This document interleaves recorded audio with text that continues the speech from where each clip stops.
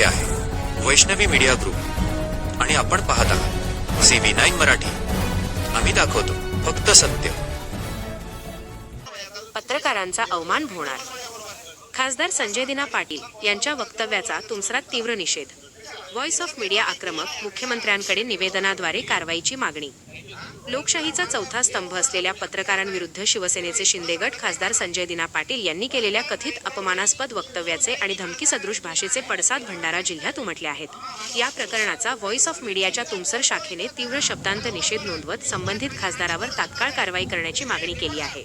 या संदर्भात तुमसर पोलीस ठाण्याचे ठाणेदार सुभाष बारसे यांच्यामार्फत मुख्यमंत्री देवेंद्र फडणवीस यांना निवेदन सादर करण्यात आले. निवेदनात नमूद केल्यानुसार वृत्तसंकलनासाठी गेलेल्या पत्रकारांबाबत लोकप्रतिनिधींकडून होणारी अशी अभद्र भाषा केवळ पत्रकारांचाच नव्हे तर लोकशाही मूल्यांचा अपमान आहे. पत्रकार हे शासन आणि जनता यांच्यातील दुवा म्हणून काम करत असताना त्यांनाच धमकावणे किंवा त्यांचा अवमान करणे ही गंभीर बाब असल्याचे संघटनेने म्हटले आहे. लोकशाहीच्या चौथ्या स्तंभावर होणारे हल्ले खपवून घेतले जाणार नाहीत असा इशाराही यावेळी देण्यात आला. शासनाकडे व्हॉइस ऑफ मीडियाच्या वतीने 3 प्रमुख मागण्यांचे निवेदन देण्यात आले. 1. खासदार संजय दिना पाटील यांच्या वक्तव्याची तात्काळ दखल घेऊन त्यांच्यावर कायदेशीर कारवाई करावी. 2. राज्यातील पत्रकारांच्या सन्मान व सुरक्षेसाठी शासनाने ठोस आणि कठोर धोरण अवलंबावे. 3.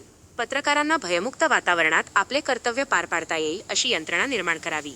निवेदन सादर करताना व्हॉइस ऑफ मीडियाचे भंडारा जिल्हा कार्यकारिणी सदस्य राहुल डोंगरे, तालुकाध्यक्ष अनिल कारेमोरे यांच्यासह देवचंद टेंभरे, राहुल भुतांगे, रोहित बोंबर्डे, हर्षल खडसे, अमृतलाल चरडे, सीताराम जोशी, जीवन वनवे, संजय नेमाडे, धनंजय बडवाईक, तुषार पशिने, संजय बडवाईक आदी पत्रकार मोठ्या संख्येने उपस्थित होते. या घटनेमुळे राजकीय वर्तुळात खळबळ उडाली असून पत्रकारांच्या सुरक्षेचा प्रश्न पुन्हा एकदा ऐरणीवर आला आहे. CV9 मराठीकरिता अमृतलाल चरडे, मुख्य संपादक तुमसर. आहे आणि राहील याची प्रत्येकाने दखल घेतली पाहिजे, कारण हा आपल्या प्रगतीचा, आपल्या भारताच्या प्रगतीचा आरसा आहे. याकरिता आम्ही सर्व पत्रकार मंडळी आपल्याकडे निवेदन देण्यास आलेलो, तो आपण स्वीकारावा आणि शासनाला त्याची दखल घेण्यासाठी आपल्या माध्यमातून आम्ही विनंती करतो.